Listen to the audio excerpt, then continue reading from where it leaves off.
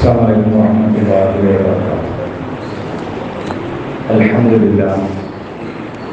لله رب العالمين.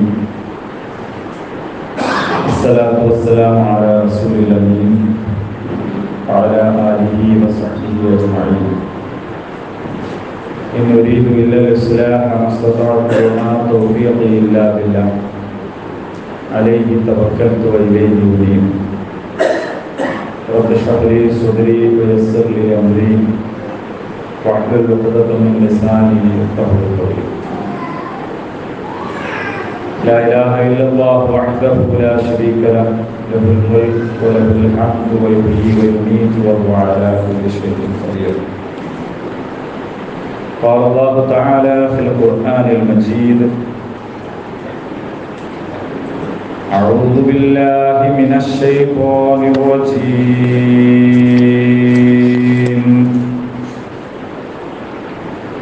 وما نقموا منهم إلا أن يؤمنوا بالله العزيز الحميد الذي له ملك السماوات والأرض والله على كل شيء شهيد. صدق الله العظيم. സ്നേഹാദരണീയരായ സഹോദരന്മാരെ, സഹോദരിമാരെ, അല്ലാഹു സുബ്ഹാനഹു വ തആല നമ്മെല്ലാവരെയും അനുഗ്രഹിക്കുമാറാകട്ടെ. നമ്മുടെ ഈ ഒത്തുചേരൽ അല്ലാഹു സുബ്ഹാനഹു വ തആല നമ്മളിൽ നിന്ന് സ്വീകരിക്കുമാറാകട്ടെ. നമ്മുടെ വിഷയം സൂറത്തുൽ ബുറൂജ്, അതിൻ്റെ ഒരു ഈ കാലത്തെ വായന എന്നതാണ്. അതിവിടെ പറഞ്ഞു കഴിഞ്ഞതാണ്. ലോകം ഇന്ന് നിയന്ത്രിച്ചുകൊണ്ടിരിക്കുന്നത് അല്ലാഹുവോടുള്ള അടിമത്വവും വിധേയത്വവും വിസമ്മതിച്ചുകൊണ്ട് അല്ലാഹുവിൻ്റെ അടിമകളെ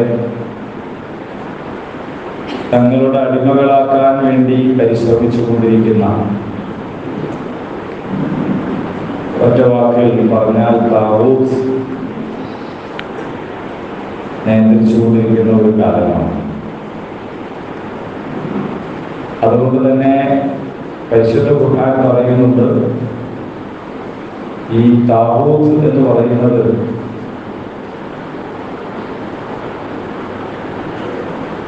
മിനൻ നൂരി ഇല ദുൽമാസ്, പ്രകാശത്തിൽ നിന്ന് വെളിച്ചത്തിൽ നിന്ന് ഇരുട്ടുകളിലേക്ക് വലിച്ച് കൊണ്ടുപോകുന്ന ശക്തികളാണ് എന്ന്.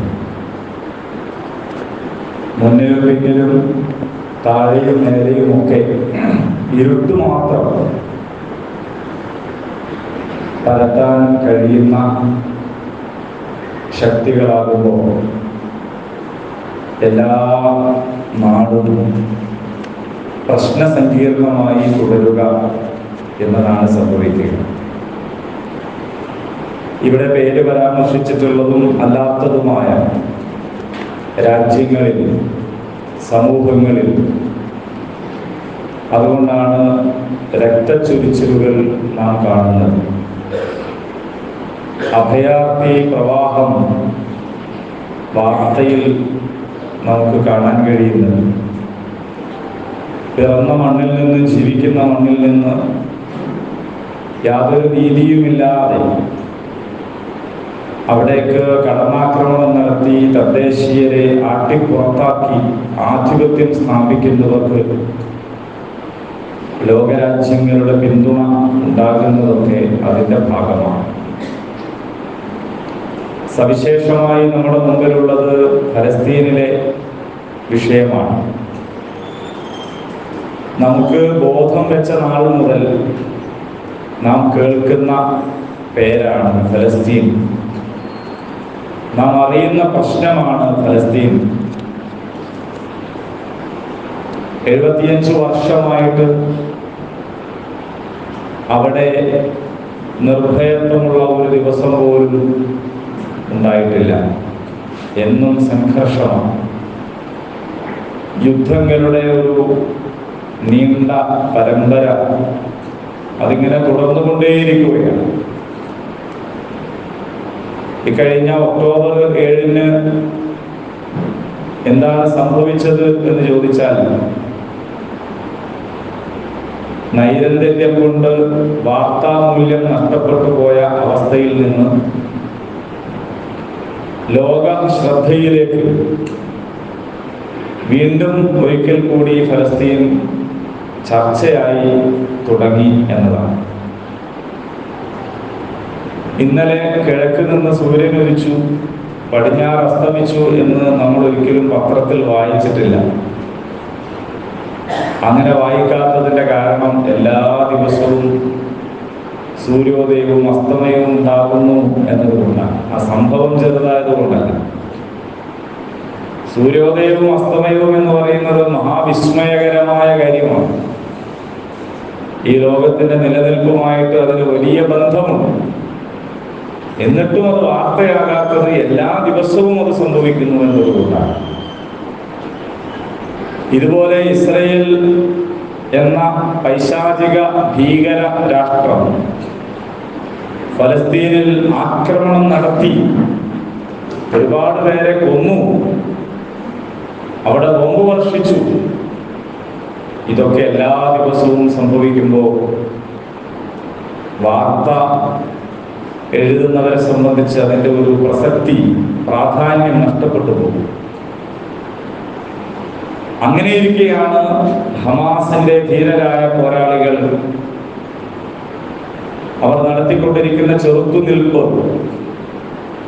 ശക്തിപ്പെടുത്തുകയും ദീർഘകാലത്തെ ആസൂത്രണവും വലിയ ആലോചനയും നടത്തിക്കൊണ്ട് മുന്നേറുകയും ചെയ്ത് ലോകത്തിന് മുമ്പാകെ ബൈത്തുൽ മഖ്ദിസിന്റെ, വിശുദ്ധ ഖുദ്സിന്റെ പ്രശ്നം സജീവമായ ചർച്ചയാക്കി കൊണ്ടുവന്നത്.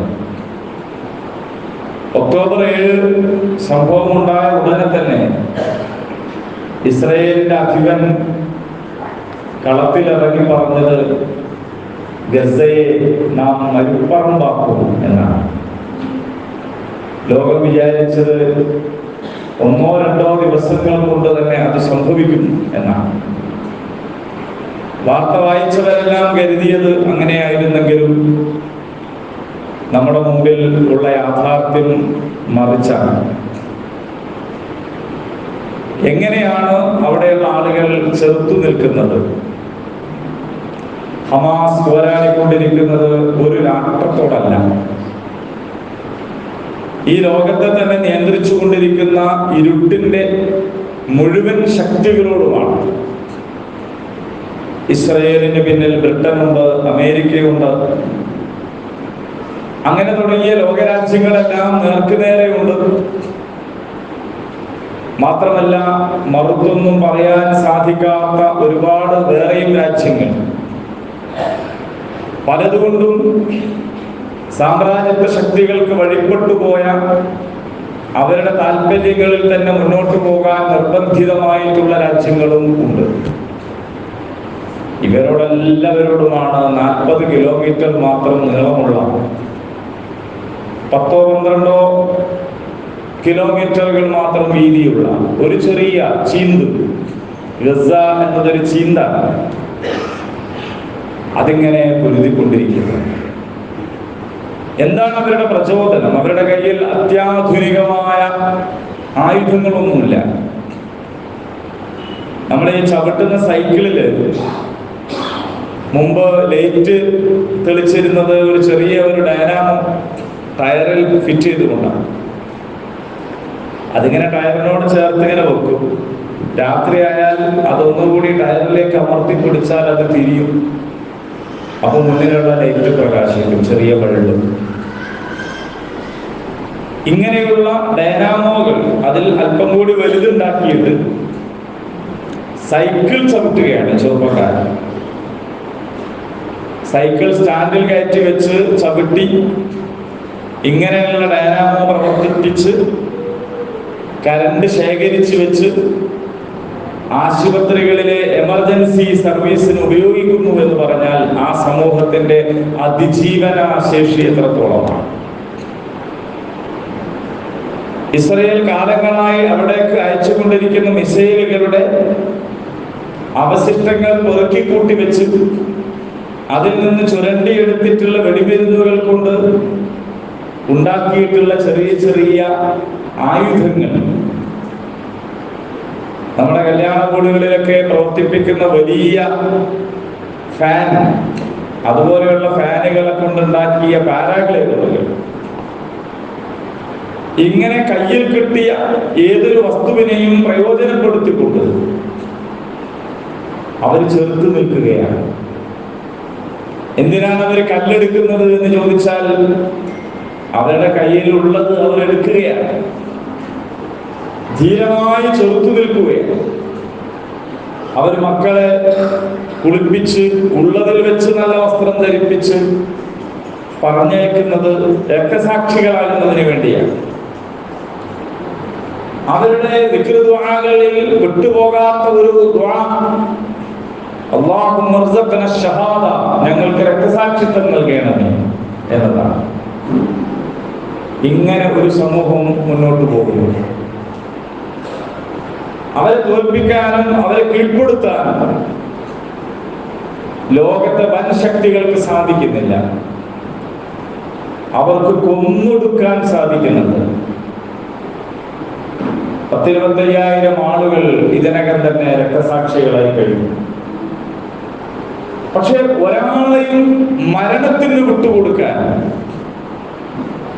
ഈ സാമ്രാജ്യത്വത്തിന് സാധിച്ചിട്ടില്ല.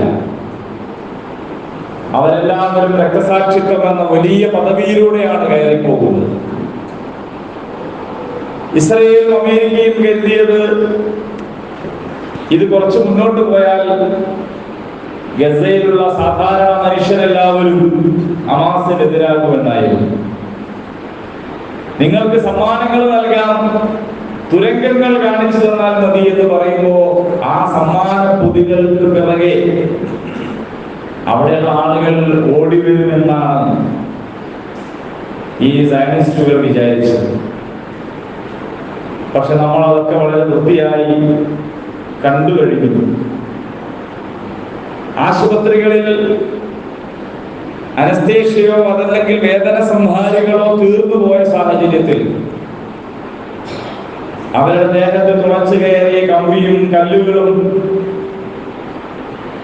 നീക്കം ചെയ്യാനുള്ള ഓപ്പറേഷനുകൾ നടത്താൻ എന്തു ചെയ്യുമെന്നറിയാതെ നിൽക്കുന്ന സാഹചര്യത്തിൽ ചെറിയ മക്കൾ പറയുകയാണ്, ഓപ്പറേഷൻ തിയേറ്റർ എന്നതൊക്കെ ആശുപത്രി വരാന്തയും മുറ്റവും ടെന്റുകളും ഒക്കെയാണ്.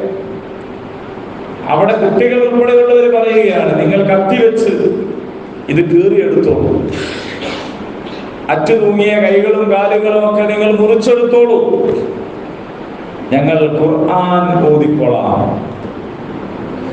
ഞങ്ങൾ ഖുർആൻ തിലാവത്ത് നടത്തിക്കൊള്ളാം. നോക്കിയോതാനുള്ള മുസ്ഹഫുകൾ അവരുടെ കയ്യിലില്ല, അതൊക്കെ തകർന്ന കെട്ടിടത്തിനടിയിലാണ്.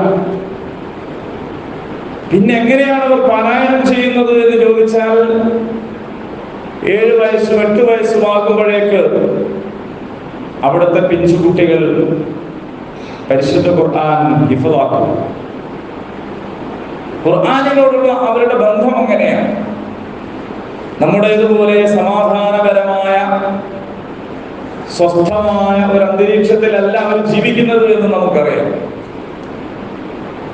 അവർ പെരുന്നാൾ രാവുകളിൽ കാണാറുള്ളത് പൂത്തിരിയും പടക്കങ്ങളുടെ തെളിച്ചവും അല്ല. അവർ യുദ്ധക്കോപ്പുകളുടെ, മിസൈലുകളുടെ, ബോംബുകളുടെ തീ കണ്ട് വളരുന്നവരാണ്. പക്ഷെ അത്തരം സങ്കീർണമായ ഒരു സാഹചര്യത്തിൽ പോലും അവർ പരിശുദ്ധ ഖുർആനിനോടുള്ള ബന്ധം ഏറ്റവും നല്ല രീതിയിൽ സൂക്ഷിക്കുകയും ഹിഫ്ളാക്കുകയും ചെയ്യുകയാണ്. ഒരു വേള നമ്മുടെ കയ്യിൽ നിന്ന് ഈ മുസ്ഹഫുകൾ ആളുകൾ തട്ടിപ്പറിച്ചെടുത്താൽ, ഈ മുസ്ഹഫുകൾ കത്തിച്ചു കളഞ്ഞാൽ, ഈ മുസ്ഹഫുകൾ നമ്മുടെ കയ്യിൽ നിന്ന് നഷ്ടപ്പെട്ടു പോയാൽ നമ്മിൽ എത്ര പേർക്ക് അള്ളാഹുവിന്റെ കലാമുമായുള്ള ബന്ധം നിലനിർത്താൻ കഴിയും എന്ന് പരിശോധിക്കേണ്ടുന്ന ഒരു സന്ദർഭം കൂടിയാണ്. യഥാർത്ഥത്തിൽ നമുക്ക് അള്ളാഹു നൽകിയിട്ടുള്ള സ്വാതന്ത്ര്യത്തിന്റെ സകാത്താണ് ഫലസ്തീനിലെ ഹമാസിന്റെ പോരാളികൾക്ക് നമ്മൾ നൽകുന്ന ഐക്യദാർഢ്യം എന്ന് പറയുന്നത് നമ്മുടെ ബാധ്യതയാണ്. അങ്ങനെ പരിശുദ്ധ ഖുർആൻ പാരായണം ചെയ്തുകൊണ്ടിരിക്കെ ഇവരുടെ കാലുകൾ മുറിച്ചു മാറ്റുന്നു, ഓപ്പറേഷൻ ചെയ്യുന്നു, പച്ച മാംസം കത്തിവെച്ച് മുറിച്ച് കമ്പികൾ പുറത്തെടുക്കുന്നു. നമ്മൾ കേട്ടിട്ടുണ്ടല്ലോ, മഹാനായ ഉമർ ഇബ്നുൽ ഖത്താബ് റളിയല്ലാഹു അൻഹു കാലിൽ അമ്പ് തറച്ചപ്പോ അത് ഊരിയെടുക്കാൻ ഞാൻ നമസ്കാരത്തിൽ മുഴുകുമ്പോൾ ചെയ്തോളൂ എന്ന് പറഞ്ഞു എന്നൊക്കെ നമ്മൾ കേട്ടിട്ടുണ്ട്. അതൊക്കെ നമ്മുടെ വാഴന് ആവേശം പകരുന്ന കഥകളായി അവശേഷിക്കുകയാണ് ചെയ്യാറുള്ളത്. 1400 കൊല്ലം മുമ്പ് അങ്ങനെ എന്തെല്ലാം സംഭവിച്ചിരിക്കുന്നു എന്ന ഒരു സ്വാഭാവികമായ ഒരു ചിന്ത മാത്രമാണ്. നമ്മൾ അതിനപ്പുറം സ്വാധീനം ചെലുത്താറില്ല.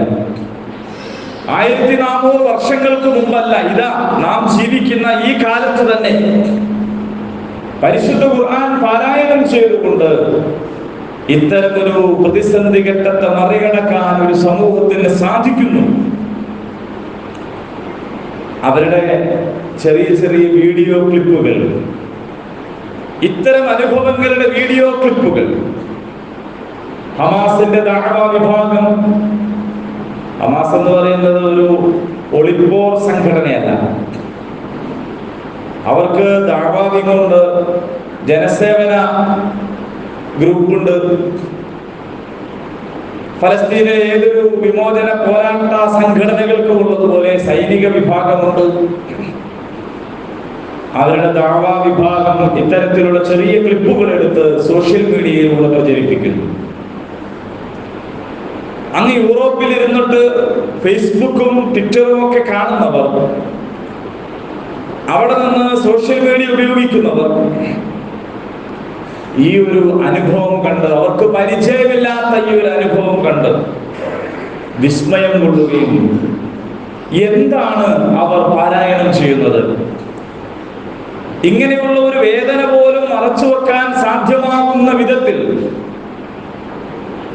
ഇവർക്ക് ശിഫ ലഭിക്കുന്ന, ശമനം ലഭിക്കുന്ന ഏതേത് വരികളാണ് ഇവർ വായിക്കുന്നത് എന്നതിനെ കുറിച്ച് ആലോചിക്കുകയും അന്വേഷിക്കുകയും, ഞാനിതാ കണ്ടെത്തിയിരിക്കുന്നു നിങ്ങളോ, ഞാനിതാ വായിച്ചു തുടങ്ങിയിരിക്കുന്നു നിങ്ങളോ, ഞാനിതാ സ്വീകരിച്ചിരിക്കുന്നു നിങ്ങളോ എന്നൊക്കെ ചോദിച്ച് ഹാഷ്ടാഗുകൾ സോഷ്യൽ മീഡിയയിലൂടെ പ്രത്യക്ഷപ്പെടുകയാണ്.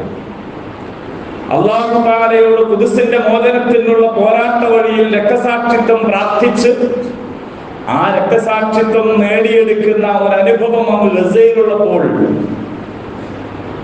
ലോകത്തിന്റെ മറ്റൊരു കോണിൽ ഇതേ രക്തസാക്ഷിത്വം കൊണ്ട് തന്നെ അല്ലാഹു തആലയുടെ ഈ വെളിച്ചത്തിലേക്ക്, ഹിദായത്തിലേക്ക് ആളുകൾ കടന്നു വരുന്ന മനോഹരമായ കാഴ്ചകൾ നമുക്ക് കാണാൻ കഴിയുന്നുണ്ട്. അത് പരിശുദ്ധ ഖുർആനിന്റെ, അല്ലാഹുവിന്റെ കലാമിന്റെ പ്രത്യേകതയാണ്. എന്താണ് നമ്മെ സംബന്ധിച്ചിടത്തോളം പരിശുദ്ധ ഖുർആൻ? ഇത് ആവർത്തിച്ച് നമ്മൾ അന്വേഷിക്കേണ്ടുന്ന ഒരു കാര്യമാണ്. ആരോടും പറയാതെ, ഒരാളുടെ മുമ്പിലും കണക്ക് ബോധിപ്പിക്കാതെ ഖുർആൻ നമുക്ക് എന്താണ് എന്നതിനെ കുറിച്ച് നമ്മൾ അന്വേഷിക്കണം. ഖുർആൻ അങ്ങനെ അന്വേഷിക്കുമ്പോഴാണ് അതിൽ നിന്ന് നമുക്ക് ഹിദായത്ത് ലഭിക്കുക, അതിൽ നിന്ന് നമുക്ക് ശിഫ ലഭിക്കുക. യുദില്ലു ബിഹി കസീറൻ വയഹ്ദി ബിഹി കസീറൻ. പരിശുദ്ധ ഖുർആനെ കുറിച്ച് തന്നെ പറഞ്ഞത് അങ്ങനെയാണ്. ഈ ഖുർആൻ കൊണ്ട് ഒരുപാട് ആളുകൾ വഴിതെറ്റിപ്പോയിട്ടുണ്ട്. ഈ ഖുർആൻ കൊണ്ട് ഒരുപാട് ആളുകൾ നേർവഴിയിലായിട്ടുണ്ട്. ഖുർആൻ കൊണ്ട് ഞാൻ എന്താണ് ആകേണ്ടത് എന്നത് ഞാൻ തന്നെയാണ് തീരുമാനിക്കേണ്ടത്.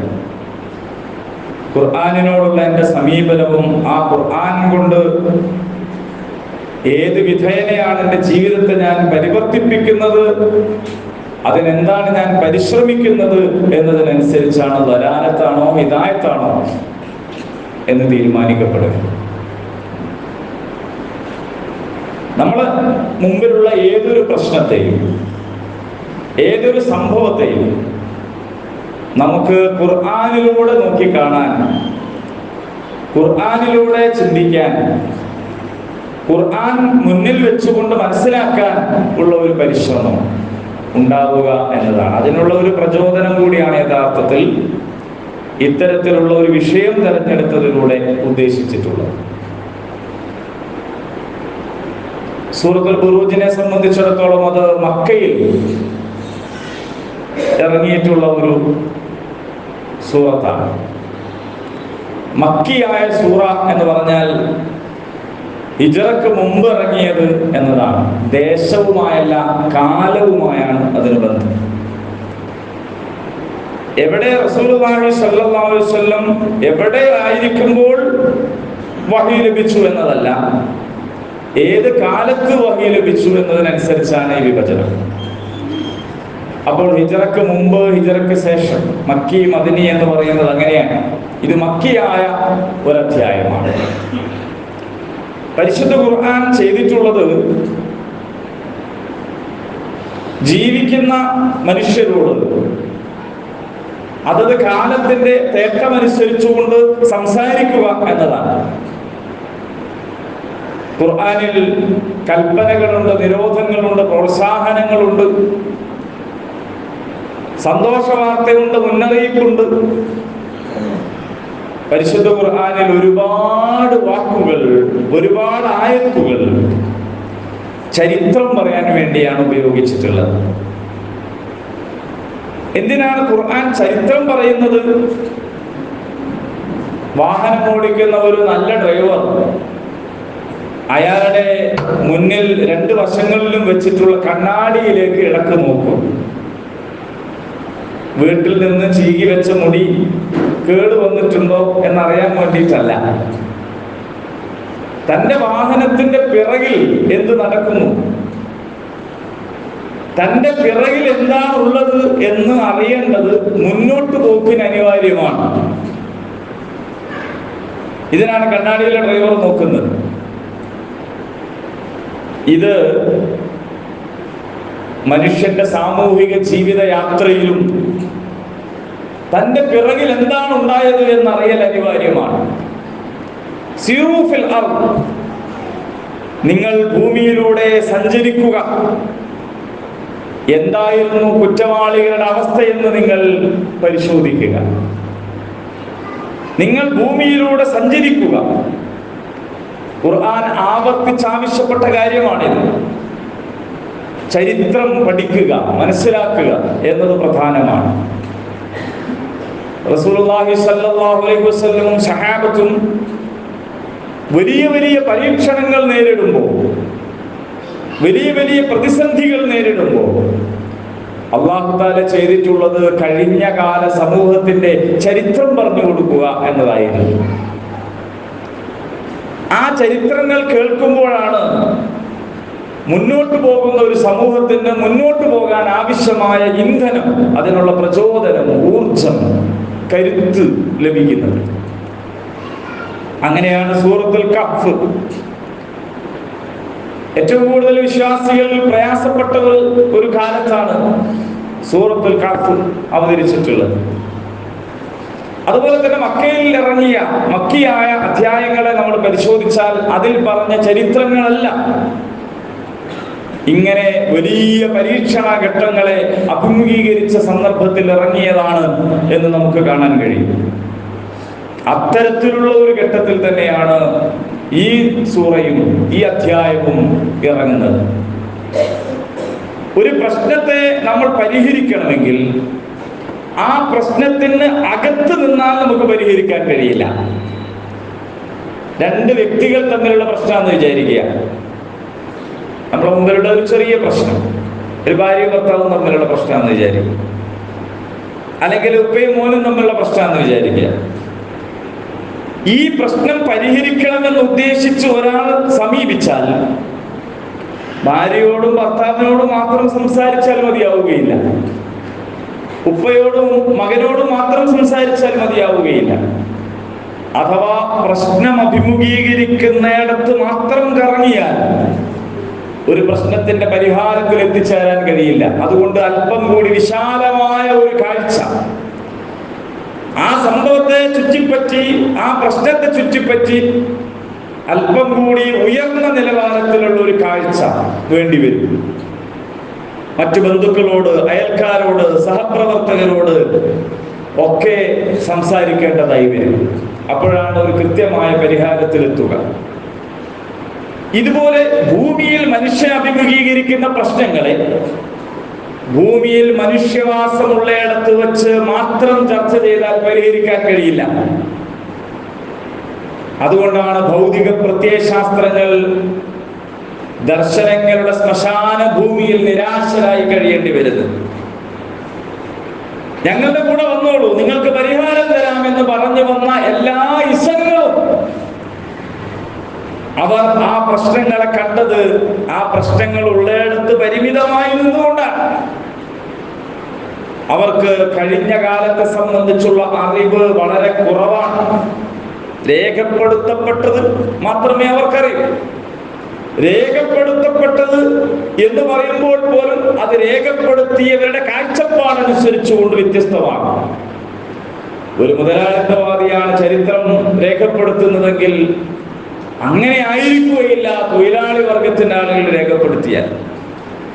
അങ്ങനെ ആയിരിക്കുകയില്ല നമ്മുടെ രാജ്യം ഭരിക്കുന്ന സംഘപരിവാറിനെ പോലുള്ള ആളുകൾ ചരിത്രം എഴുതിയാൽ ഉണ്ടാവുക. നമ്മളത് നേരെ കാണാൻ തുടങ്ങിയല്ലോ. ചരിത്രം എന്ന് പറഞ്ഞാൽ പോലും അത് ആരാണോ രേഖപ്പെടുത്തുന്നത് അവരുടേതായ താല്പര്യങ്ങൾ അതിൽ കടന്നുകൂടുക സ്വാഭാവികമാണ്. അതൊരു പരിമിതിയാണ്, മനുഷ്യന്റെ പരിമിതിയാണ്. അതേസമയം എല്ലാ പരിമിതികൾക്കും അപ്പുറത്ത് ഹിന്ദുവോ മുസ്ലിമോ ക്രിസ്ത്യനോ മതമുള്ളവനോ ഇല്ലാത്തവനോ ഒന്നുമല്ലാത്ത, മനുഷ്യനേ അല്ലാത്ത, സൃഷ്ടിയേ അല്ലാത്ത സൃഷ്ടാവാണ് ചരിത്രം പറഞ്ഞു തരുന്നതെങ്കിൽ മാത്രമാണ് യഥാർത്ഥത്തിൽ കുറവുകളില്ലാതെ, പക്ഷപാതിത്വങ്ങളില്ലാതെ, ഒരു ന്യൂനതയുമില്ലാതെ ചരിത്രത്തെ മനസ്സിലാക്കാൻ കഴിയുക. പരിശുദ്ധ ഖുർആനിൽ നിന്ന് ലഭിക്കുന്ന ചരിത്രത്തിന്റെ സവിശേഷത അതാണ്. പൂർവിക വേദങ്ങളിൽ പോലും മനുഷ്യർ കൈകടത്തലുകൾ നടത്തിയപ്പോൾ പ്രവാചകന്മാരെ കുറിച്ച് പോലും അവരെന്തെല്ലാമാണ് എഴുതി വെച്ചിട്ടുള്ളത്. അല്ലാഹു സുബ്ഹാനഹു വ തആല അയച്ചിട്ടുള്ള വിശുദ്ധരായ പ്രവാചകന്മാരെ കുറിച്ച് പോലും എന്തെല്ലാം അരുതായ്മകളാണ് അവർ രേഖപ്പെടുത്തി വെച്ചത്. അത് രേഖപ്പെടുത്തി വെക്കുന്നവരുടെ, അതിൽ കൈകടത്തലുകൾ നടത്തുന്നവരുടെ താല്പര്യത്തിനനുസരിച്ച് അത് വികലമാകും. ഖുർആനിനെ മുന്നിൽ വെച്ചുകൊണ്ട് നാട്ടിൽ പറഞ്ഞു കേൾക്കുന്ന ചരിത്രങ്ങളെയും രേഖപ്പെടുത്തപ്പെട്ട ചരിത്രങ്ങളെയും ഖുർആനാകുന്ന ഉരകളിലൂടെ ശരിപ്പെടുത്താൻ, അതിനെ കൃത്യപ്പെടുത്താൻ ഉള്ള ശ്രമമാണ് വിശ്വാസികൾ നടത്തേണ്ടത്. അങ്ങനെ വരുമ്പോ ഈ അധ്യായം തുടങ്ങുന്നത് തന്നെ വസ്സമാഇ ദാത്തിൽ ബുറൂജ്, വസ്സമാഇ ദാത്തിൽ ബുറൂജ്.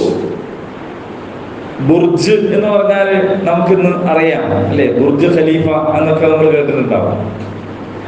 വലിയ ഗോപുരം, വലിയ കോട്ട, വലിയ സ്തൂപം, ടവർ. ഇതിന്റെ ബഹുവചനമാണ് ബുറൂജ് എന്ന് പറയുന്നത്. ഭദ്രമായ കോട്ടകൾ. അതിനെക്കുറിച്ച് വ്യത്യസ്തമായ അഭിപ്രായങ്ങളുണ്ട്.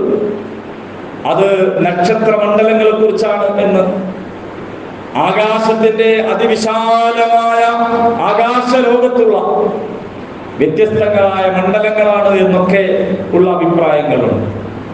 എന്തു തന്നെയായാലും റബ്ബ് ആരംഭിക്കുന്നത് ആകാശത്തു നിന്നാണ്. ഭദ്രമായ കോട്ടകളുള്ള ആകാശമാണ് സത്യം എന്ന് പറഞ്ഞുകൊണ്ടാണ്. വാഗ്ദത്തം ചെയ്യപ്പെട്ട ദിവസമാണ് സത്യം. അങ്ങനെ ഒരു വാഗ്ദത്വമുണ്ട്, ഒരു ദിവസത്തെ കുറിച്ച് വാഗ്ദത്വം. നമുക്കറിയാം, ഈ ഭൂമിയിൽ ജീവിച്ചു കൊണ്ടിരിക്കുന്ന ഓരോ മനുഷ്യനും ഒരു അന്ത്യദിനമുണ്ട്. ഈ ഭൂമിയിൽ ജീവിക്കുന്ന ഓരോ മനുഷ്യനും ഒരു അന്ത്യദിനമുണ്ട്. അവൻ ഭരണാധികാരിയാവട്ടെ, ഭരണീയനാവട്ടെ, അവൻ മർദ്ദകനാവട്ടെ, മർദ്ദിതനാവട്ടെ, അവൻ ഉടമയായി ചമയുന്നവനാകട്ടെ, അടിമത്തമേൽപ്പിക്കപ്പെട്ടവനാകട്ടെ, അവനാണോ പെണ്ണോ ആവട്ടെ, ആരായിരുന്നാലും അവർക്കൊരു അന്ത്യദിനമുണ്ട്. ഈ ഭൂമിയിൽ ജീവിച്ചു കൊണ്ടിരിക്കുന്ന എല്ലാ സമൂഹത്തിനും അവരുടേതായ അന്ത്യദിനമുണ്ട്. എന്നിട്ട് ഏറ്റവും ഒടുവിൽ ഈ പ്രപഞ്ചത്തിന് തന്നെയും ഒരു അന്ത്യനാൾ ഉണ്ട്. ഇതൊക്കെ ശാസ്ത്രം ഇപ്പോൾ കണ്ടെത്തുകയും ഇപ്പോൾ ഊഹിച്ചു പറയുകയും നിഗമനങ്ങളിലെത്തുകയും ഒക്കെ ചെയ്തുകൊണ്ടിരിക്കുന്നു. പരിശുദ്ധ ഖുർആൻ മുമ്പേ തന്നെ നമ്മുടെ മുമ്പാകെ മറയില്ലാതെ വ്യക്തമായി അവതരിപ്പിച്ചിട്ട കാര്യമാണ്. അലം യറൗ കമ്മ അഹ്ലക്നാ ഖബ്ലഹും മിനൽ ഖുറൂനി അന്നഹും ഇലൈഹിം ലാ യർജിഊൻ. നമ്മൾ സാധാരണ പാരായണം ചെയ്യുന്ന സൂറ യാസീനിലുള്ള ഒരു ആയത്താണല്ലോ. എത്രയെത്ര സമൂഹങ്ങളാണ് അവർക്ക് മുമ്പാകെ കഴിഞ്ഞു പോയിട്ടുള്ളത്. എത്രയെത്ര സമൂഹങ്ങളാണ് അവർക്ക് മുമ്പ് കഴിഞ്ഞുപോയ സമൂഹങ്ങൾ. അവരൊക്കെ നശിപ്പിക്കപ്പെട്ടതാണ്, നാട് നീങ്ങിയതാണ്. പിന്നീട് അവരാരും തിരിച്ചു വന്നിട്ടില്ല എന്ന് ഖുർആൻ പറയുന്നു. അന റബ്ബുക്കുൽ അഅല എന്ന് പറഞ്ഞ ഫിർഔനെ കുറിച്ച് ഈ സൂറത്തിൽ പറയുന്നുണ്ട്. ആ ഫിർഔൻ പിന്നീട് തിരിച്ചു വന്നിട്ടില്ല. നമ്രൂദ് തിരിച്ചു വന്നിട്ടില്ല. അങ്ങനെ ലോകത്ത് ഞങ്ങളാണ്, ഞാൻ മാത്രമാണ് എന്നൊക്കെ പറയുന്ന ഒരുപാട് ആളുകൾ, സമൂഹങ്ങൾ, ഭരണാധികാരികൾ, രാജാക്കന്മാർ, സുൽത്താൻമാർ കഴിഞ്ഞു പോയിട്ടുണ്ട്. അവരാരും തിരിച്ചു വന്നിട്ടില്ലല്ലോ എന്നുള്ളവർ ചോദിക്കുകയാണ്. ആധുനിക ലോകത്ത് ദ എൻഡ് ഓഫ് ഹിസ്റ്ററി എന്ന് പറഞ്ഞുകൊണ്ട് പാശ്ചാത്യന്മാർ പറയുകയാണ്, ഞങ്ങളോടുകൂടെയാണ് ലോകാവസാനം. അവസാനം ഞങ്ങളുടെ കയ്യിലാണ്, ഇതിന്റെ എല്ലാ ആധിപത്യവും അവിടെയാണ് ഇപ്പൊ എത്തിയിട്ടുള്ളത്. ഇത് ചരിത്രത്തിന്റെ അന്ത്യമാണ്. അല്ല, ഈ സൂര്യാസ്തമയം കൊണ്ട് ലോകം അവസാനിക്കുകയില്ല. അതുകൊണ്ട് തന്നെ അസ്തമയ സൂര്യനോട് പരാതി പറഞ്ഞിരിക്കുകയല്ല. നാളെ ഉദിക്കാനിരിക്കുന്ന ഒരു സൂര്യനിൽ പ്രതീക്ഷയർപ്പിക്കുക എന്നതാണ് ചരിത്രബോധമുള്ള ആളുകൾ ചെയ്യുന്നത്. അതുകൊണ്ട് വാഗ്ദത്തം ചെയ്യപ്പെട്ട ദിവസത്തെ ഖുർആൻ ഓർമ്മിപ്പിക്കുന്നു. വശാഹിദിൻ വമശ്ഹൂദ്, സാക്ഷിയും സാക്ഷി നിൽക്കപ്പെടുന്നു. അതിനെക്കുറിച്ച് തഫ്സീറുകളിൽ ധാരാളമായി പറഞ്ഞിട്ടുണ്ട്. അതെന്താണ് എന്നതിനെ സംബന്ധിച്ച് ഞാൻ അതിന്റെ വിശദാംശങ്ങളിലേക്ക് പോകുന്നില്ല. സാക്ഷി നിൽക്കുന്നതും സാക്ഷി നിർത്തപ്പെടുന്നതും അള്ളാഹു പറയുന്നത് ഖുതില അസ്ഹാബുൽ ഉഖ്ദൂദ്, കിടങ്ങിന്റെ ആൾക്കാർ നശിച്ചിരിക്കുന്നു എന്നാണ്. കിടങ്ങിന്റെ ആൾക്കാർ നശിച്ചിരിക്കുന്നു. അന്നാരിദാത്തുൽ വഖൂദ്, വിറക് നിറച്ച തീക്കുണ്ടത്തിന്റെ ആളുകൾ. ഇദ്ഹും അലൈഹാ ഖുഊദ്, അങ്ങനെ വലിയ കിടങ്ങുണ്ടാക്കി ആ കിടങ്ങ് നിറയെ വിറകിട്ട് നിറച്ച് അതിൽ തീയിട്ടതിന് ശേഷം അതിന്റെ അരികുകളിൽ ഇരിക്കുകയാണവർ. വഹും അലാ മാ യഫ്അലൂന ബിൽ മുഅ്മിനീന ശുഹൂദ്, എന്നിട്ട് അതിലേക്ക് വിശ്വാസികളെ വലിച്ചെറിഞ്ഞ് ആ വിശ്വാസികളുടെ പച്ചമാംസം ആ തീയിൽ കത്തി അതിൽ നിന്നുണ്ടാകുന്ന ഗന്ധം ശ്വസിച്ച് ആ ശരീരങ്ങൾ പൊട്ടിത്തെറിച്ച് കത്തിച്ചാമ്പലാകുന്നത് കണ്ട് ഇരിക്കുകയാണ് അവർ ചെയ്യുന്നത്. ഇതൊക്കെ കഴിഞ്ഞു പോയിട്ടുള്ള സംഭവങ്ങളാണ്. ഇതൊക്കെ കഴിഞ്ഞു പോയിട്ടുള്ള സംഭവങ്ങളാണ്. ഒക്ടോബർ 7-ന് ഹമാസ് ഒരു പോരാട്ടം നടത്തിയത് കൊണ്ടല്ലേ ഇത്ര വലിയ ജീവഹാനി സംഭവിച്ചത് എന്ന് ചോദിക്കുന്ന പരമസാധുക്കളായ ബുദ്ധിജീവികൾ നമ്മുടെ നാട്ടിലുണ്ട്. പരമസാധുക്കളായ ബുദ്ധിജീവികൾ സാധുക്കളാവോ സാധുക്കൾ ബുദ്ധിജീവികളാവോ എന്നതൊക്കെ നിങ്ങൾ വേറെ ആലോചിച്ചല്ലോ. ഒക്ടോബർ 7-ന് മുമ്പ് ആ നാട്ടിലുണ്ടായിരുന്നത് വലിയ ശാന്തിയും സമാധാനവും നിർഭയത്വവുമാണ് എന്ന് തോന്നുമാറും യുദ്ധം എന്ന് പറയുന്നതിനെ നിഷ്പക്ഷമായ സമീപനമാണ് ഞങ്ങളുടേത് എന്ന് അവകാശപ്പെട്ട് പറയുന്നവരുണ്ട്. നിങ്ങൾ മനസ്സിലാക്കേണ്ടത് ഇതൊന്നുമല്ല ജീവഹാനി. ഇപ്പോൾ നമ്മൾ കണ്ടുകൊണ്ടിരിക്കുന്ന വലിയ വലിയ കാഴ്ചകളുണ്ടല്ലോ, ആ വലിയ വലിയ കാഴ്ചകളല്ല, അതിനേക്കാൾ വലിയ കാഴ്ചകൾ കടന്നുപോയിട്ടുണ്ട്.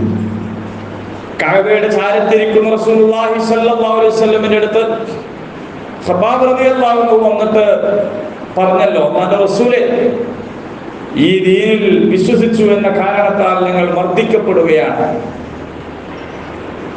അല്ലാഹുവിന്റെ റസൂലേ, അങ്ങ് പറഞ്ഞല്ലോ അല്ലാഹുവിന്റെ സഹായമുണ്ടെന്ന്.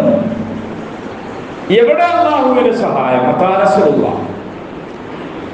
ഇത് പറയുമ്പോൾ ഖബ്ബാബ് റളിയല്ലാഹു അൻഹുവിന്റെ പുറം തീപ്പൊള്ളലേറ്റിട്ട് രക്തവും മാംസവും ഉറ്റുവീണ് പോയതിന്റെ വ്രണങ്ങൾ നിറഞ്ഞിരിക്കുകയാണ്.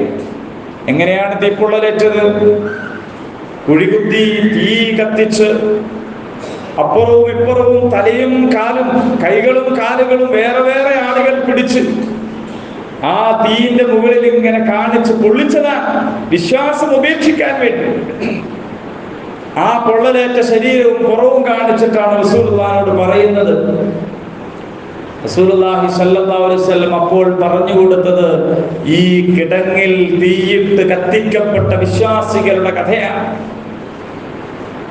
പുറം പൊള്ളിക്കുക മാത്രമല്ല, ഏതോ ആളുകളെ കൊല ചെയ്യുക മാത്രമല്ല, ഒറ്റപ്പെട്ട സംഭവങ്ങൾ മാത്രമല്ല, നൂറുകണക്കിന് ആളുകളെ തീക്കുഴിയിലേക്ക് വലിച്ചെറിഞ്ഞിട്ട് അവരിങ്ങനെ പൊട്ടിത്തെറിക്കുന്നത് കണ്ട് ആഹ്ലാദത്തോടെ അതിന്റെ കരകളിലിരുന്ന ഒരു കൂട്ടർ കഴിഞ്ഞു പോയിട്ടുണ്ട്. എന്നിട്ടാണ് സന്തോഷ വാർത്ത പറയുന്നത്, സൻആ മുതൽ ഹദറമൗത്ത് വരെ ഒരു പെണ്ണിന് നിർഭയമായിട്ട് സഞ്ചരിക്കാൻ കഴിയുന്ന ഒരു കാലം വരാനുണ്ട്. നിങ്ങൾ തിരക്ക് കൂട്ടരുത് എന്നാണ്, നിങ്ങൾ തിരക്കാക്കാൻ പാടില്ല എന്നാണ്. ഭൂമിയിൽ തന്നെ നിങ്ങളുടെ മുൻഗാമികൾക്ക് ലഭിച്ചതുപോലെയുള്ള ഖിലാഫത്ത് അത് ലഭിക്കാനിരിക്കുന്നു. നിങ്ങൾ തിരക്കാക്കരുത് എന്നാണ് റസൂലുള്ളാഹി സ്വല്ലല്ലാഹു അലൈഹി വസല്ലം പഠിപ്പിച്ചു കൊടുത്തത്. ഇങ്ങനെ കിടങ്ങുകളിൽ തീയിട്ട് അതിലേക്ക് എറിഞ്ഞ് നശിപ്പിക്കപ്പെട്ട ഒരു സമൂഹത്തിന്റെ കഥയാണ്. എന്താണ്, ആരായിരുന്നു അന്നത്തെ ഭരണാധികാരി, ഏതായിരുന്നു ആ നാട്, ഏത് വർഷത്തിലാണത് സംഭവിച്ചത്, ഇതൊന്നും പ്രസക്തിയുള്ള ഒരു കാര്യമല്ല. അല്ലെങ്കിലും പരിശുദ്ധ ഖുർആനിന്റെ ചരിത്രാവതരണം എന്ന് പറയുന്നത് എണ്ണത്തിലും തീയതിയിലും അടിസ്ഥാനപ്പെടുത്തിയുള്ളതല്ല. അത് സൂറത്തുൽ കഹ്ഫ് വായിക്കുമ്പോൾ നമുക്ക് മനസ്സിലാകും, സൂറത്തുൽ ഖസസ് വായിക്കുമ്പോൾ മനസ്സിലാകും, സൂറത്തുൽ ത്വാഹ വായിക്കുമ്പോൾ മനസ്സിലാകും. പരിശുദ്ധ ഖുർആൻ ചരിത്രം പറയുന്നത് നമ്മൾ ചരിത്രം പറയുന്നത് പോലെയല്ല. ആളിന്റെ പേരോ അവരുടെ പ്രായമോ അതിലെ എണ്ണമോ അതിന്റെ തീയതിയോ അതൊന്നുമല്ല പ്രസക്തമായത്. എന്താണ് അതിൽ നിന്ന് മനസ്സിലാക്കേണ്ടത് എന്നതിന് പ്രസക്തി നൽകിക്കൊണ്ടാണ് ഖുർആൻ ചരിത്രം അവതരിപ്പിക്കാറുള്ളത്. അതുകൊണ്ട് ഇങ്ങനെ കിടങ്ങ് കുഴിച്ചവരാരായിരുന്നു, ആരോ ആവട്ടെ, അവരെന്തിനാണത് ചെയ്തത് എന്നറിയുമോ? അവർ ചെയ്തിരുന്നത് ആ വിശ്വാസികളോട് അവരുടെ വിശ്വാസത്തിൽ നിന്ന് പിന്മാറാൻ ആവശ്യപ്പെട്ടപ്പോൾ അവർ പിന്മാറാതിരുന്നത് കൊണ്ടാണ്.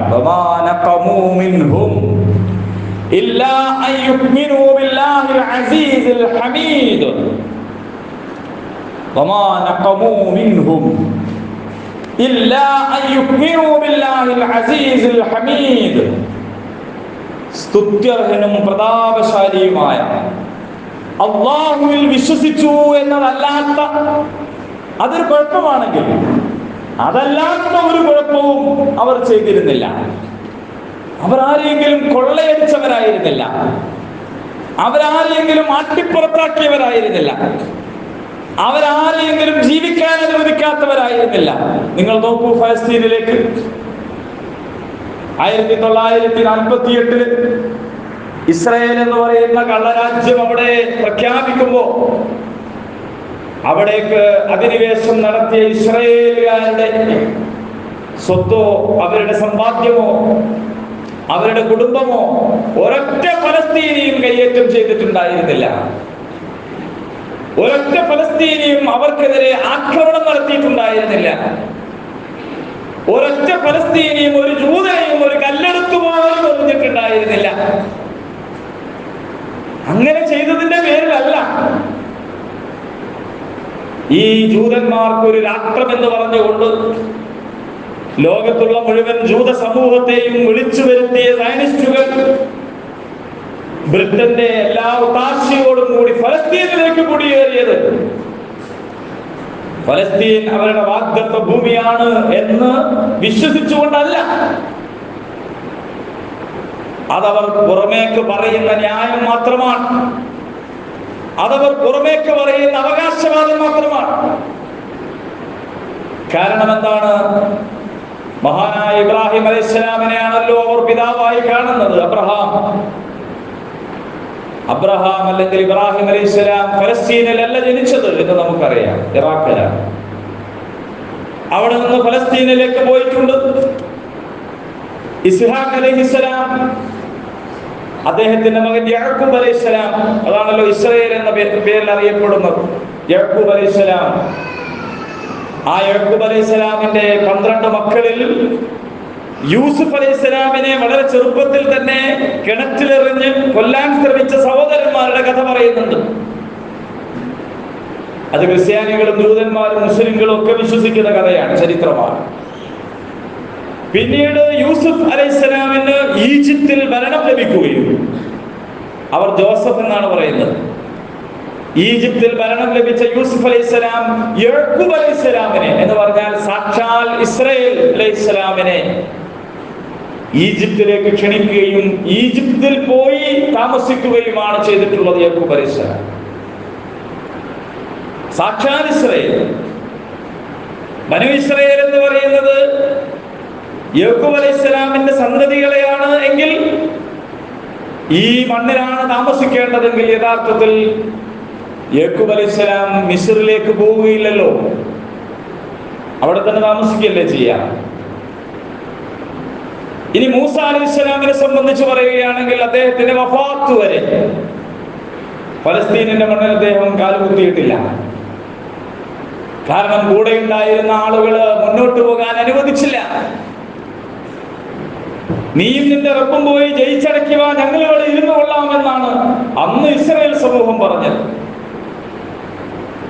ഇതൊക്കെയാണ് വസ്തുത എന്നിരിക്കെ ഈ ഫലസ്തീനിലേക്ക് അധിനിവേശം നടത്തി, കൂട്ടപ്പലായനം നടത്തി, കൂട്ടക്കുടിയേറ്റം നടത്തി, കുടിയേറ്റം എന്ന പേരിൽ കയ്യേറ്റം നടത്തി, ആ ഫലസ്തീനിൽ തന്നെ ഇസ്രായേൽ എന്ന രാജ്യം സ്ഥാപിച്ചതിന്റെ പിന്നിലുള്ള യുക്തി എന്താണ്? വളരെ കൃത്യമാണ്. അത് അറബ് സമൂഹത്തിനിടയിൽ എല്ലായ്പ്പോഴും തീരാത്ത ഒരു പ്രശ്നം സൃഷ്ടിക്കുകയും അതിരുകൾ നിർണയിച്ചിട്ടില്ലാത്ത ഒരു രാഷ്ട്രം സ്ഥാപിച്ച് ഹിജാസിലോളം, മക്കയിലോളം, മദീനയിലോളം എത്തുന്ന ഒരു രാഷ്ട്രം രൂപീകരിക്കുകയും ചെയ്യുക, അവിടങ്ങളെ വിഭവങ്ങളെ കവർന്നെടുക്കുക എന്ന ഉദ്ദേശമാണ്. ഇങ്ങനെ ഫലസ്തീൻ തെരഞ്ഞെടുക്കപ്പെടാനും അവിടെയുള്ളവർ ആട്ടിയോടിക്കപ്പെടാനും അവിടെയുള്ളവർ അറുവര ചെയ്യപ്പെടാനും അവിടെ നിന്ന് അവർ മാറിപ്പോയി താമസിക്കുന്ന അഭയാർത്ഥി ക്യാമ്പുകളിലേക്ക് പോലും ബോംബ് വർഷിച്ചുകൊണ്ട് അവരെ കൊന്നുതള്ളുവാനും എത്ര ആയിരങ്ങളാണ്. അവരൊരൊറ്റ കുഞ്ഞു പോലും മറ്റെന്തെങ്കിലും ഒരു കുറ്റം ചെയ്തതിന്റെ പേരിലല്ല എന്ന് നമ്മൾ മനസ്സിലാക്കണം.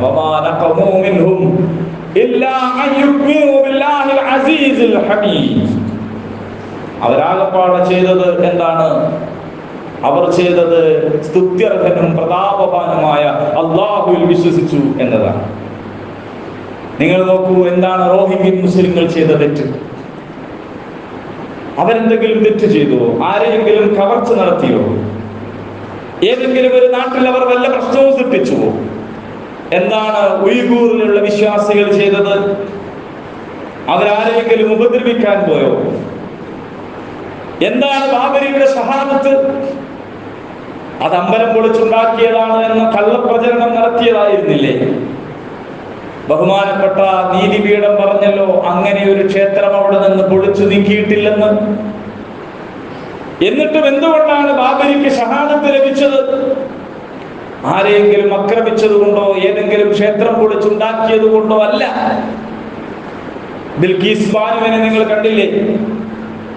അവരുടെ കഥ കേൾക്കാൻ, അവരുടെ ചരിത്രം കേൾക്കാൻ എങ്ങനെയാണ് മനസാക്ഷിയുള്ള ഒരാൾക്ക് അത് ആവർത്തിച്ച് പറയാൻ കഴിയുക?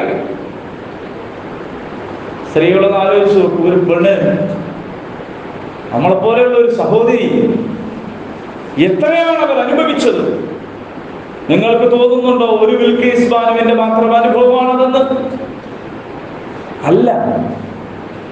വളരെ ശക്തമായി മുന്നേറാൻ തീരുമാനിച്ച, യാതൊരു മടിയുമില്ലാതെ തന്റെ ജീവിതം അനീതിക്കെതിരെയുള്ള പോരാട്ടമാക്കി മാറ്റാൻ തീരുമാനിച്ച കരുത്തുറ്റ ഒരു സ്ത്രീയാണ് അവരെന്നതുകൊണ്ട് മാത്രമാണ് അവരുടെ കഥ നമ്മുടെ മുമ്പിലേക്ക് തെളിഞ്ഞു വന്നത്. എത്ര ബിൽക്കീസ് ബാനുമാർ! എന്താ അവർ ചെയ്ത തെറ്റ്? ഖുതുബുദ്ദീൻ അൻസാരിയെ കണ്ടില്ലേ? കൈകൂപ്പി നിന്ന. എന്താണ് ഖുതുബുദ്ദീൻ അൻസാരി ചെയ്ത തെറ്റ്? എന്താണ്? അന്യായമായി തടവറകളിൽ പാർപ്പിക്കപ്പെടുന്ന എത്രയേറെ യുവാക്കൾ, മതപണ്ഡിതന്മാർ ചെയ്ത തെറ്റെന്താണ് എന്ന് പോലും വിചാരണക്കെടുക്കാൻ വർഷങ്ങളോളം ജാമ്യം പോലും നിഷേധിക്കപ്പെട്ട് ജയിലറകൾക്കകത്ത് ദുരിതങ്ങൾ സഹിക്കുന്ന, പീഡനങ്ങൾ സഹിക്കുന്ന അവർ ചെയ്ത തെറ്റെന്താ? അവരുടെ മാതാക്കൾ മക്കളെ ഓർത്ത് കണ്ണീരൊഴുക്കുന്നതിന് മാതാക്കൾ ചെയ്ത തെറ്റെന്താ? ഭർത്താവ് ജീവിച്ചിരിക്കെ വിധവയെ പോലെ കഴിയേണ്ടി വരുന്ന അവരുടെ ഭാര്യമാർ ചെയ്ത തെറ്റെന്താ? ലോകത്തിന്റെ നാനാഭാഗത്ത് പീഡനങ്ങൾ സഹിച്ചുകൊണ്ടിരിക്കുന്ന ഈ മുഗ്മിനീങ്ങൾ ചെയ്ത തെറ്റെന്താണ്? ഈ കിടങ്ങുകളിലേക്ക് എറിയപ്പെട്ടവർ എന്താണോ ചെയ്തത് അത് മാത്രമാണ്.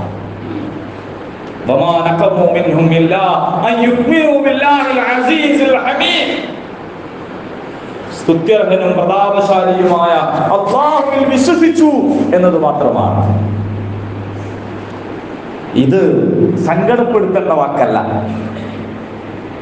പൂർവികരായിട്ടുള്ള അള്ളാഹുവിന്റെ രവ ലഭിച്ചവർ പോയ വഴിയിൽ തന്നെയാണ് പീഡിതരായ, മർദ്ദിതരായ ഈ ജനസമൂഹം പോകുന്നത് എന്നത് നമുക്ക് ആത്മവിശ്വാസവും ആത്മധൈര്യവും പോരാട്ട വീര്യവും ചെറുത്തു നിൽക്കാനുള്ള ശേഷിയും നൽകേണ്ടുന്ന വാക്കുകളാണ്. എന്നിട്ട് എന്താണ് സംഭവിച്ചത്? അള്ളാഹു പറഞ്ഞത് ആ കിടങ്ങ് കുഴിച്ചവർക്ക് സർവനാശം എന്നാണ്. ഈ ഭൂമിയിലെ ജീവിതത്തെയാണോ നിങ്ങൾ പ്രധാനമായി കാണുന്നത്? എങ്കിൽ അല്പസ്വല്പം നഷ്ടത്തിൽ തന്നെയാണ് നിങ്ങളുള്ളത്. അതേസമയം ഒരു വാഹനാപകടം കൊണ്ട്, ഒരു കുഴഞ്ഞു വീഴൽ കൊണ്ട്, ഒരു കാർഡിയാക് അറസ്റ്റ് കൊണ്ട്, ഒരു മാരകമായ രോഗബാധ കൊണ്ട്, കണ്ടുപിടിച്ച ക്യാൻസർ ചികിത്സ ആരംഭിക്കുന്നതിന് മുമ്പ് തന്നെ മരിച്ചു പോകുന്ന നമ്മുടെ കുടുംബക്കാർ, ബന്ധുക്കൾ, അങ്ങനെ നമ്മൾ ഓർക്കാത്ത, നമ്മൾ ഇഷ്ടപ്പെടാത്ത, നമ്മൾ ആഗ്രഹിക്കാത്ത ഏതോ ഒരു നേരത്ത് തീർന്നു പോകേണ്ടുന്ന ഈ ഭൂമിയിലെ വളരെ വളരെ ചെറിയ കാലത്ത് നശ്വരമായ ഒരു ജീവിതമാണ് പ്രധാനമെന്ന് നമ്മൾ കരുതുന്നെങ്കിൽ 25,000 ആളുകളുടെ ഷഹാദത്ത് ഒരു നഷ്ടമാണ് എന്ന് പറയേണ്ടി വരും. പക്ഷേ ഈ നശ്വരമായ ലോകത്തെ, ഈ ജീവിതത്തിൽ നിന്ന് എപ്പോൾ വേണമെങ്കിലും പുറത്തു കിടക്കേണ്ടുന്നവരാണ് നമ്മളെന്ന യാഥാർത്ഥ്യബോധം ഉൾക്കൊണ്ട് അങ്ങനെ പുറത്തു കടക്കുമ്പോൾ പരിശുദ്ധാത്മാവിന്റെ വിടവാങ്ങലായി പുറത്തു കടക്കാൻ എനിക്ക് കഴിയണം. അങ്ങനെ പരലോകത്ത് വിജയിക്കണം, അമ്പിയാ മുർസലീങ്ങളോടൊപ്പം ഒത്തുചേരണം എന്നതാണ് നമ്മുടെ ആഗ്രഹമെങ്കിൽ രക്തസാക്ഷിത്വം എന്ന് പറയുന്നത് വലിയ അനുഗ്രഹമാണ്. അതുകൊണ്ടാണ് ഫലസ്തീനിലെ ഉമ്മമാര് മക്കളെ കുളിപ്പിച്ച്, ഉള്ളതിൽ വെച്ച് നല്ല വസ്ത്രം ധരിപ്പിച്ച് യുദ്ധഭൂമിയിലേക്ക് പറഞ്ഞയക്കുക മാത്രമല്ല, അവരവിടെ ഷഹീദായി എന്നറിയുമ്പോൾ വീട്ടിന്റെ അടുക്കളയിലേക്ക് ഓടിയിട്ട് അവിടെയുള്ള പകരപാത്രങ്ങൾ പരിശോധിച്ച് കിട്ടുന്ന മധുരപലഹാരങ്ങൾ ഈ രക്തസാക്ഷിത്വത്തിന്റെ സന്തോഷ പ്രകടനമായി വിതരണം ചെയ്തുകൊണ്ടിരിക്കുന്നത്. എന്താണ് നമ്മുടെ കാഴ്ചപ്പാട്? ആരെയാണ് നമ്മൾ പ്രതീക്ഷിക്കുന്നത്? ഏത് ജീവിതത്തെക്കുറിച്ചാണ് പരമപ്രധാനമായി നമ്മൾ കാണുന്നത് എന്നതിനനുസരിച്ചാണ് ലാഭനഷ്ടങ്ങൾ നിർണയിക്കപ്പെടുക എന്ന് നമുക്ക് മനസ്സിലാക്കാൻ കഴിയണം. അള്ളാഹു അവനെ കുറിച്ച് പറയുന്നത് അൽ അസീസ് അൽ ഹമീദ് എന്നാണ്. അള്ളാഹുവാണ് പ്രതാപവാൻ. നിങ്ങൾ പ്രതാപം ആഗ്രഹിക്കുന്നുണ്ടോ? നിങ്ങൾ ഇസ്സത്ത് ആഗ്രഹിക്കുന്നുണ്ടോ? നമുക്കറിയാം, ഈ ജീവിതത്തിന് അപ്പുറത്തൊരു ജീവിതവും ഉണ്ടെന്ന് പ്രതീക്ഷിക്കാത്ത ഭൗതിക പ്രസ്ഥാനത്തിന്റെ ആളുകൾ പോലും രക്തസാക്ഷിത്വത്തെ കുറിച്ച് കേൾക്കുമ്പോൾ ആവേശഭരിതരാകുന്നുണ്ട്.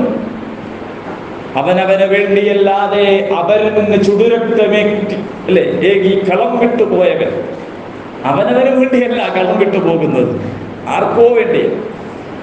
എന്നോ പുലരുമെന്ന് വെറുതെ പ്രതീക്ഷിക്കുന്ന, പുലർന്നുവെന്ന് കരുതിയിടത്തെല്ലാം നിലം പതിച്ച് അവസാനിച്ചു പോയ ഭൗതിക പ്രത്യയശാസ്ത്രങ്ങൾ എന്നോ പുലർന്നു കാണുമെന്ന് വ്യാമോഹിച്ചുകൊണ്ട് ജീവൻ വേണേൽ ജീവൻ നൽകാം, രക്തം വേണേൽ രക്തം നൽകാം എന്ന മുദ്രാവാക്യം മുഴക്കിക്കൊണ്ടിരിക്കുന്നത് നമ്മൾ കാണുകയാണ്.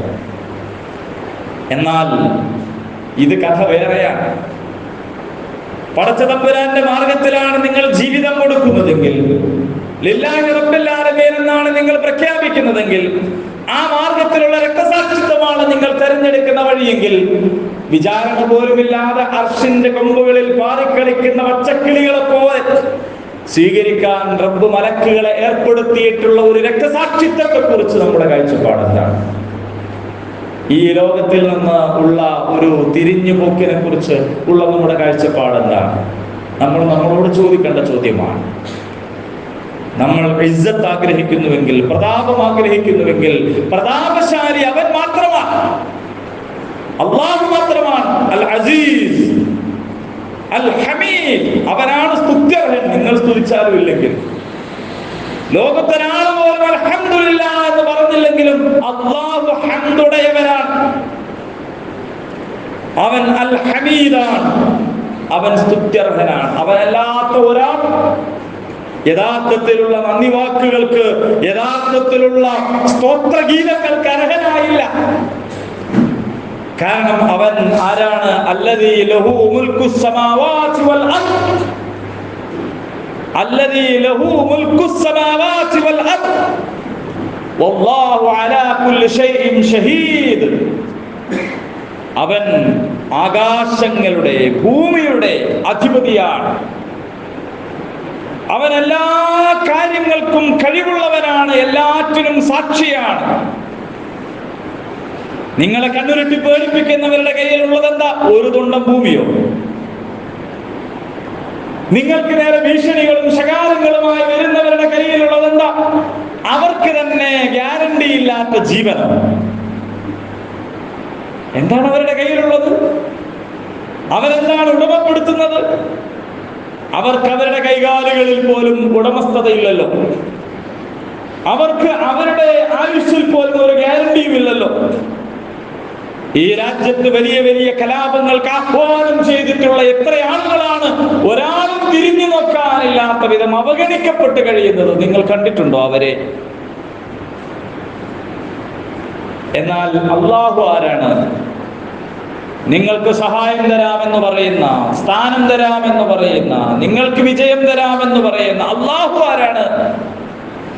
ലഹു മുൽക്കുസ് സമാവാതി വൽ അർദ്, ആകാശങ്ങളുടെ ഭൂമിയുടെ എല്ലാറ്റിന്റെയും ഉടമസ്ഥനാണ്, എല്ലാറ്റിനും സാക്ഷിയായവനാണ്. അങ്ങനെയുള്ള അല്ലാഹുവിൽ തവക്കുൽ ചെയ്യാൻ നിങ്ങൾക്ക് കഴിയുമോ എന്നതാണ് ചോദ്യം. ഭൗതികമായ പല ന്യായങ്ങളും നമ്മൾ ഒഴിവാക്കേണ്ടി വരും.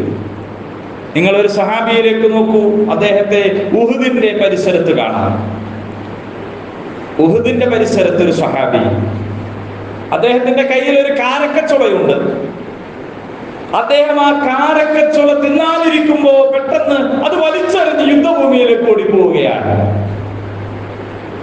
ഉഹുദ് മലക്കപ്പുറത്ത് നിന്ന് സ്വർഗത്തിന്റെ സുഗന്ധം ഞാൻ ആസ്വദിക്കുന്നു എന്നാണ് അദ്ദേഹം പറയുന്നത്. നമ്മുടെ ഭൗതിക യുക്തി നമ്മളോട് ചോദിക്കും, അത് തിന്നിട്ട് പോയാൽ പോരുന്നു, ഏതായാലും ഷഹീദാവുമല്ലോ, ആയിത്തപ്പഴങ്ങ് തിന്നൂടെ, അതിന് കാത്തിക്കാനുള്ള നേരമില്ല. ഈ കയ്യിലുള്ള ഉണക്കക്കാരക്കയല്ല എന്റെ ജീവിതത്തിന്റെ സാക്ഷാൽ പ്രചോദനം എന്ന് പറയുന്നത്. എന്താണ് അത്? ഖാലിദീന ഫീഹാ അബദാ, റളിയല്ലാഹു അൻഹും വറദു അൻഹു. അല്ലാഹുവിനാൽ തൃപ്തിപ്പെടുന്ന, അല്ലാഹുവിനെ തൃപ്തിപ്പെടുന്ന, എല്ലാ കാലവും ജീവിക്കാൻ കഴിയുന്ന, മടുപ്പില്ലാത്ത ആ സ്വർഗം പ്രതീക്ഷിച്ച് അത് കണ്ണിൽ കണ്ട് അത് മറയുടെ അപ്പുറത്ത് അതുണ്ട് എന്ന് മനസ്സിലാക്കി അതാണ് നമ്മുടെ ജീവിതമെങ്കിൽ കിടങ്ങുകാരല്ല വിജയിക്കുക, കിടങ്ങിൽ തീയിട്ടവരല്ല വിജയിക്കുക, ആ തീയിൽ വെന്ത് വെണ്ണീരായവരാണ് വിജയിക്കുക എന്ന ഒരു യുക്തിയെ നമുക്ക് മനസ്സിലാക്കാൻ സാധിക്കും. ഇന്നല്ലദീന ഫത്നൽ മുഅ്മിനീന വൽ മുഅ്മിനാത് ثم لم يتوبوا فلهم عذاب جهنم ولهم عذاب الحريق. അർശം പറയാണ് ഇന്നല്ലദീന ഫത്നൽ മുഅ്മിനീന വൽ മുഅ്മിനാത്. തീർച്ചയായും സത്യവിശ്വാസികളെയും സത്യവിശ്വാസിനികളെയും പീഡിപ്പിച്ചിട്ടുള്ള ആളുകൾ, അവരിൽ ഫിത്ന ഉണ്ടാക്കിയിട്ടുള്ള ആളുകൾ, പിന്നീട് പിന്നീട് തൗബ ചെയ്ത് പശ്ചാത്തപിച്ച് മാറാത്ത ആളുകൾ, ഏതോ ഒരു ദുർബല നിമിഷത്തിൽ അങ്ങനെ സംഭവിച്ചു പോയിട്ട് പിന്നീട് പശ്ചാത്തപിച്ച് മടങ്ങിയവരെ അല്ലാഹു സ്വീകരിക്കും, പുറത്തു കൊടുക്കും. എന്നാൽ അങ്ങനെ ഒരു വീണ്ടും വിചാരമില്ലാത്ത ആളുകൾ, അതിൽ തന്നെ നിലയുറപ്പിച്ച ആളുകൾ, അങ്ങനെയുള്ള ആളുകളെ സംബന്ധിച്ച് ഫലഹും അവർക്കുണ്ട് അദാബു ജഹന്നം, നരകത്തിന്റെ അദാബ്. വലഹും അദാബുൽ ഹരീഖ്, കരിച്ചു കളയുന്ന ശിക്ഷ അവർക്കുണ്ട്. നരകത്തെ കുറിച്ച് പറഞ്ഞിട്ട് വീണ്ടും കരിച്ചു കളയുന്നതിനെ കുറിച്ച് പറയാണ്. നരകത്തിന്റെ ശിക്ഷയിലെ ഒരു ഭാഗമാണ് കരിച്ചു കളയുക എന്നത്. കരിച്ചു കളയുന്നത് മാത്രമല്ല നരകത്തിന്റെ ശിക്ഷ, അതിനേക്കാൾ കുറെ കൂടി സഹിക്കാനാവാത്ത ദുരനുഭവങ്ങളുടെ ഒരു വലിയ ഒന്നാണ്, ഒരു ശിക്ഷയാണ് ജഹന്നം. അതിൽ തന്നെ ഒരുപാട് തട്ടുകളുണ്ട്, അതിൽ തന്നെ ഒരുപാട് പ്രശ്നങ്ങളുണ്ട്. എന്നാൽ തീയിട്ട ആളുകളുണ്ടല്ലോ, ആ തീയിട്ടുള്ളത് ഈ കിടങ്ങുകളുടെ കാലത്ത് മാത്രമല്ല, ഗുജറാത്തിലെ വംശഹത്യയുടെ കാലത്ത് എണ്ണയൊഴിച്ച് പച്ചക്ക് തീക്കൊളുത്തിയിട്ടുള്ള ആളുകളുണ്ടല്ലോ, അങ്ങനെയുള്ള ആളുകളെ സംബന്ധിച്ചിടത്തോളം അവർക്ക് വലഹും അദാബുൽ ഹരീഖ്, അവർക്ക് കരിച്ചു കളയുന്ന ശിക്ഷയാണുള്ളത് എന്ന് അല്ലാഹു സുബ്ഹാനഹു വ തആല പറയുകയാണ്. ഏതോ ഒരു രാജ്യത്തിന്റെ പ്രസിഡന്റ് അല്ല പറയുന്നത്, നാളെ ഒരു പക്ഷേ മാറാൻ സാധ്യതയുള്ള അധികാര കസേരയുടെ ഉടമയല്ല പറയുന്നത്. അർശിനധിപതിയായിട്ടുള്ള പ്രപഞ്ചനാഥനാണ് പറയുന്നത്, അവർക്കാണ് ശിക്ഷയുള്ളത്.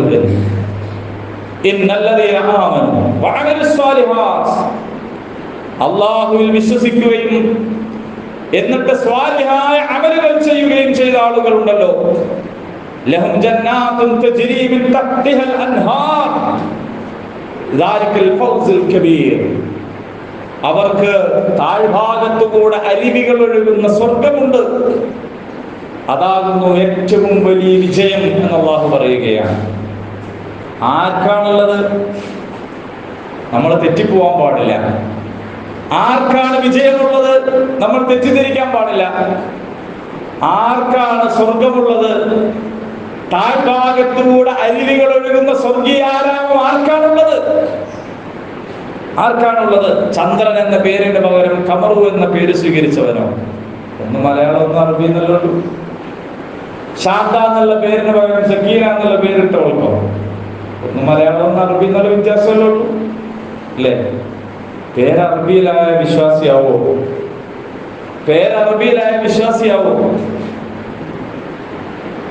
മുസ്ലിങ്ങളുടെ മക്കളായാലും ഓരോ മോളോ ആയാലും വിശ്വാസിയാവോ?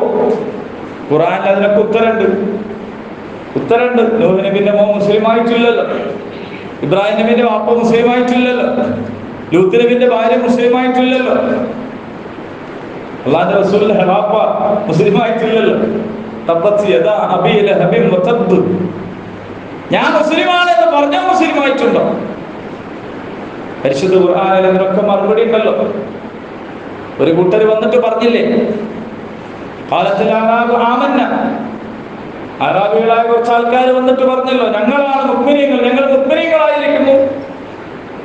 കാരുണ്യത്തിന്റെ തിരുദൂതർ റസൂലുള്ളാഹി സ്വല്ലല്ലാഹു അലൈഹി വസല്ലം ഒന്നും മിണ്ടാതെ നിന്നപ്പോ അല്ലാഹ് പറഞ്ഞല്ലോ, നിങ്ങൾ വിശ്വസിച്ചിട്ടില്ല, വലാകിൻ ഖൂലു അസ്ലംനാ, കീഴ്പ്പെട്ടിരിക്കുന്നു. ചില ഇടപാടൊക്കെ നടത്തുന്നുണ്ട്, ചില അനുഷ്ഠാനങ്ങൾ ആചരിക്കുന്നുണ്ട്. അങ്ങനെയൊക്കെയാണ് ഒരു കാര്യശമാര് കണക്ക്, അത് മതി.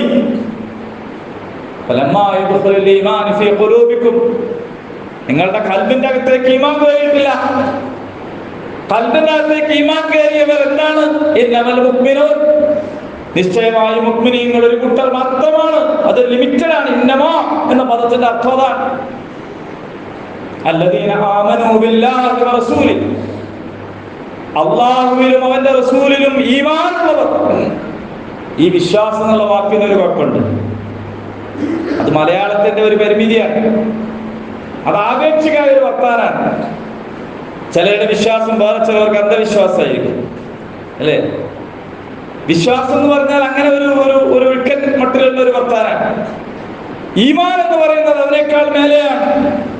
അല്ലദീന യുഅ്മിനൂന ബിൽ ഗൈബ്, അദൃശ്യത്തിൽ തന്നെ നിർഭയനാകുന്നവൻ, അല്ലേ? അള്ളാഹുവിനെ കാണാതെ തന്നെ അള്ളാഹുവിന്റെ സാമീപ്യം കൊണ്ട് നിർഭയനാകുന്നവൻ. വലസ്തു ഉബാലി ഹീന ഉഖ്തല മുസ്ലിമൻ അലാ അയ്യി ജംബിൻ കാന ഫില്ലാഹി.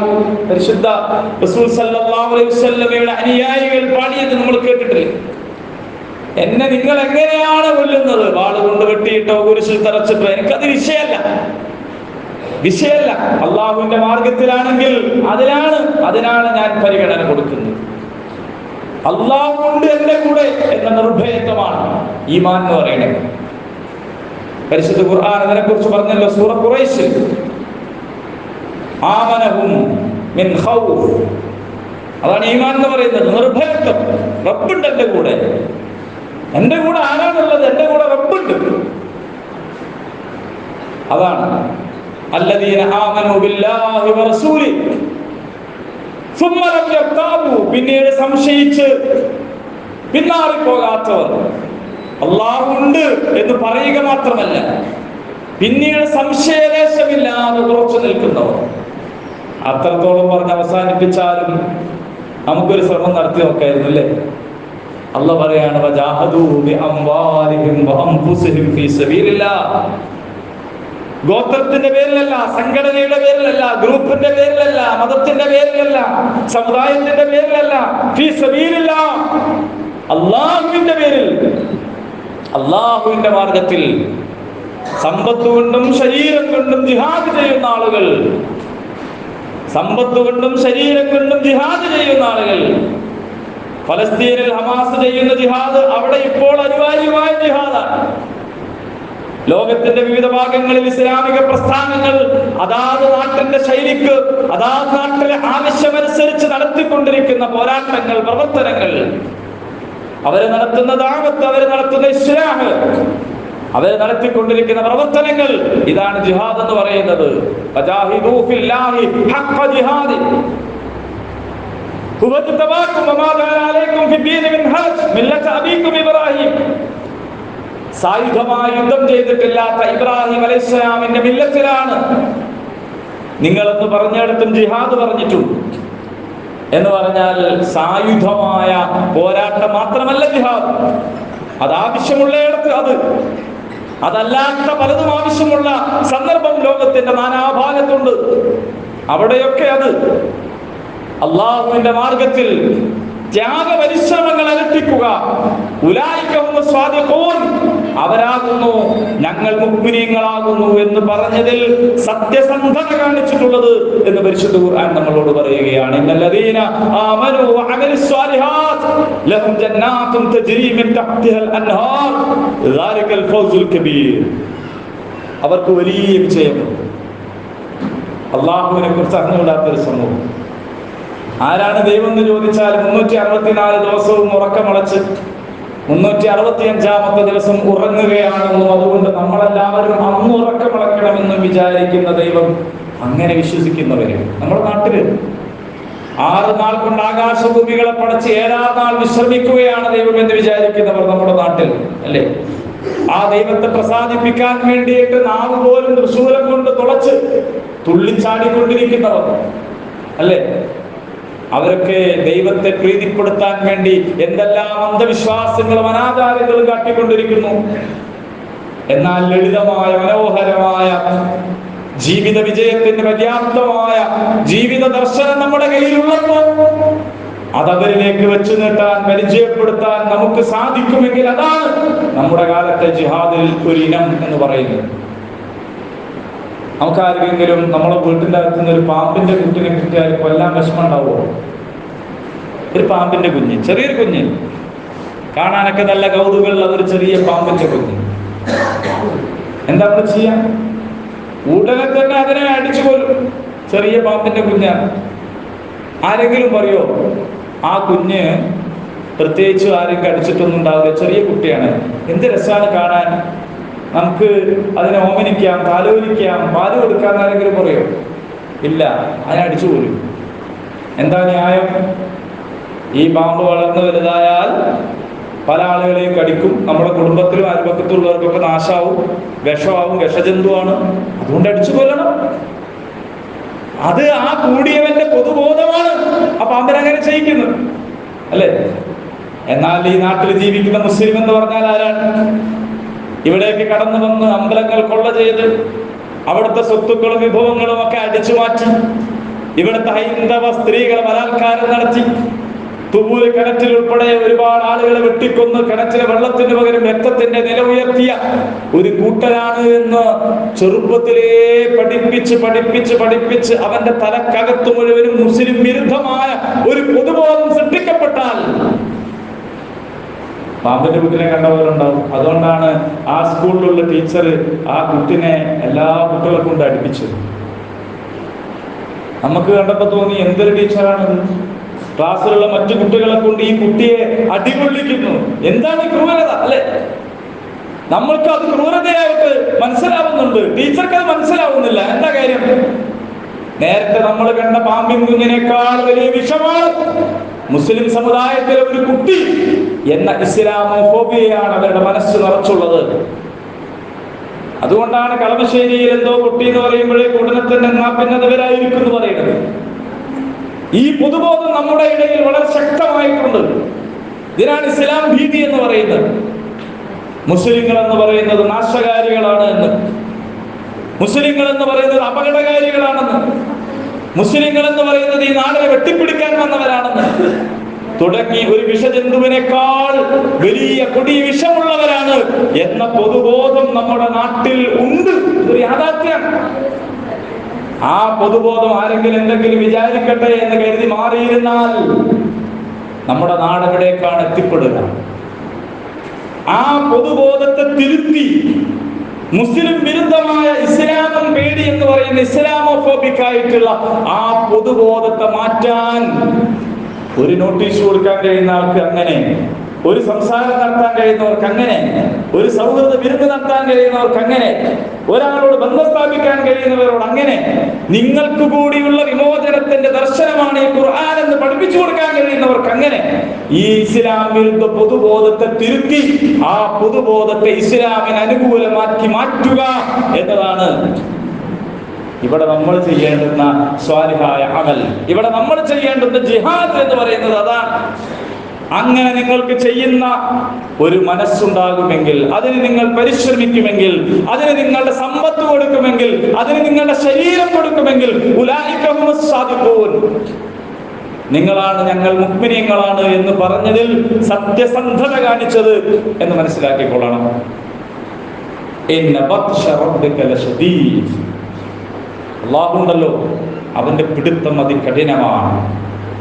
മർദ്ദകരായ ആളുകളെ അവൻ ശിക്ഷിക്കും. അത് അല്ലാഹുവിന്റെ നീതിയുമായി ബന്ധപ്പെട്ട കാര്യമാണ്. ഇന്നഹു ഹുവ യുബ്ദിഉ വ യുഈദ്, അവൻ മറ്റാരുടെയോ സൃഷ്ടിയുടെ മേൽ അധികാരം അടിച്ചേൽപ്പിക്കുകയല്ല.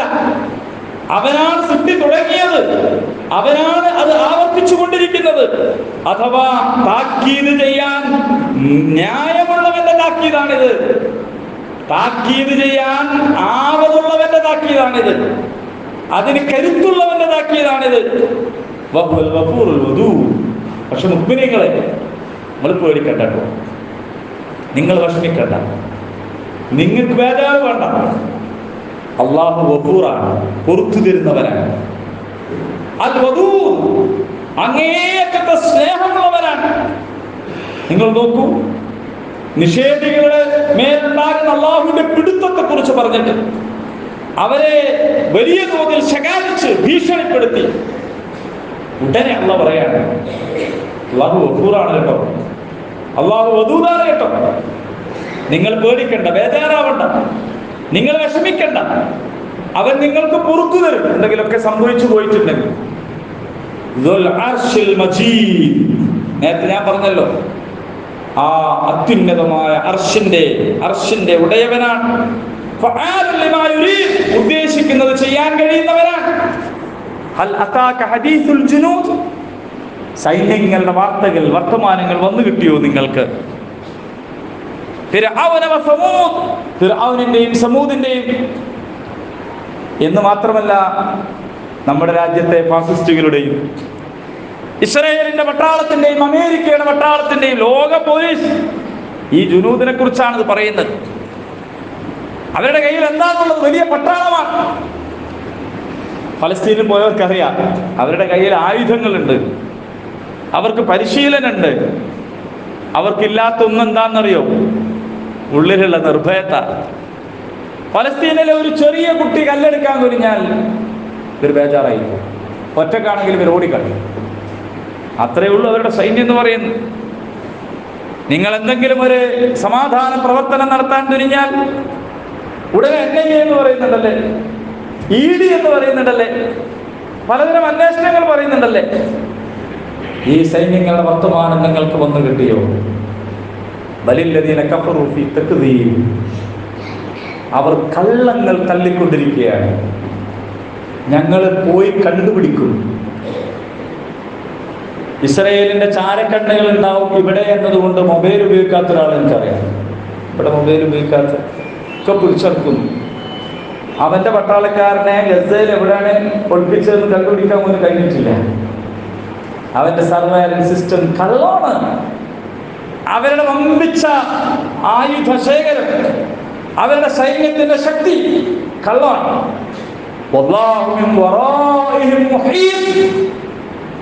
അവരുടെ പിറകിലൂടെ വന്ന് വളഞ്ഞു പിടിക്കും അല്ലാഹു. ബൽ ഹുവ ഖുർആനുൻ മജീദ്, ഇത് വെറും വർത്തമാനം പറയുകയല്ല, ഇത് അല്ലാഹുവിന്റെ ഗ്രന്ഥമാണ്, ഇത് മഹത്തായ ഗ്രന്ഥമാണ്. ഫീ ലൗഹിൻ മഹ്ഫൂദ്, ഏതെങ്കിലും വ്യക്തികളെയല്ല ഇതിന്റെ സുരക്ഷിതത്വം, ഇതിന്റെ സംരക്ഷണം ഏൽപ്പിച്ചത്. അത് ലൗഹുൽ മഹ്ഫൂദിൽ സുരക്ഷിതമാണ്, സുരക്ഷിത ഫലകത്തിൽ അതുണ്ട്. അതുകൊണ്ട് വിശ്വാസികൾക്ക് വലിയ ആവേശം നൽകുന്ന, സന്തോഷവാർത്ത നൽകുന്ന, പക്ഷെ എന്തു വേണം? ജീവിതത്തെ കുറിച്ചുള്ള കാഴ്ചപ്പാടിൽ ചെറിയൊരു മാറ്റം വരുത്തണം. ഒരു ചെറിയ നോബ് തിരിച്ചു വെക്കാൻ, ദുനിയാവ് പ്രസക്തമാകുന്ന ആ ഒരു സോഫ്റ്റ്വെയർ മാറ്റിയിട്ട് പരലോകം പ്രസക്തമാകുന്ന, അള്ളാഹുവിനെ കാണാതെ തന്നെ എൻ്റെ അടുത്തുണ്ട് എന്ന് ബോധ്യം വരുന്ന അവസ്ഥയിലേക്ക് നമുക്ക് മാറാൻ കഴിഞ്ഞാൽ, നിങ്ങൾ ക്ഷമിക്കുക മാത്രമല്ല, ഭൗതികരായിട്ടുള്ള ആളുകൾ നടത്തുന്ന പരിശ്രമങ്ങളെ അതിജയിക്കാൻ പാകത്തിൽ അവർക്ക് സ്വബറുണ്ട്. ആ സ്വബർ കൊണ്ടാണ് ഫാസിസ്റ്റുകൾ അധികാരത്തിൽ വന്നത്. ഇത്ര കൊല്ലാണ് അവർ തോറ്റ് പിന്മാറി അവര് ഇല്ല, പിന്മാറാതെ അവർ മുന്നോട്ട് പോയി, എല്ലാം ജയിച്ചടക്കി അവർ പിന്നീട് ഇവിടെ അധികാരത്തിൽ വന്ന്. അത് അവരുടെ സ്വബറാണ്. ആ സ്വബറിനെ നിങ്ങൾക്ക് അതിജയിക്കാൻ കഴിയണം. ആസൂത്രണ മികവിലൂടെ, വ്യവസ്ഥാപിത പ്രവർത്തനങ്ങളിലൂടെ, ക്ഷമയോടുകൂടിയുള്ള മുന്നേറ്റത്തിലൂടെ. എങ്കിൽ അറിയുക, അല്ലാഹുവിന്റെ സഹായം അടുത്തു തന്നെ. പരിശുദ്ധ ഖുർആനിൽ നിന്ന് ഹിദായത്ത് ലഭിക്കുന്ന മുഅ്മിനീങ്ങളിൽ, മുത്തഖീങ്ങളിൽ അല്ലാഹു സുബ്ഹാനഹു വ തആല നമ്മെ എല്ലാവരെയും ഉൾപ്പെടുത്തി അനുഗ്രഹിക്കുമാറാകട്ടെ. റഹ്മാനായ റബ്ബേ, ഉപകാരപ്രദമായ വിജ്ഞാനത്തെ നീ ഞങ്ങൾക്ക് വർദ്ധിപ്പിച്ചു തരാൻ, ഖുർആനിൽ നിന്ന് ഹിദായത്ത് ലഭിച്ചവരിൽ നീ ഞങ്ങൾ ഉൾപ്പെടുത്തി അനുഗ്രഹിക്കുകയാണ്. പരിശുദ്ധ ഖുർആൻ എതിരായി സാക്ഷി നിൽക്കുന്ന നിർഭാഗ്യവാന്മാരിൽ നിന്ന് നീ ഞങ്ങളെ കാത്തുരക്ഷിക്കണമേ. اللهم ربنا تقبل منا انك انت السميع العليم وتب علينا إنك أنت التواب الرحيم.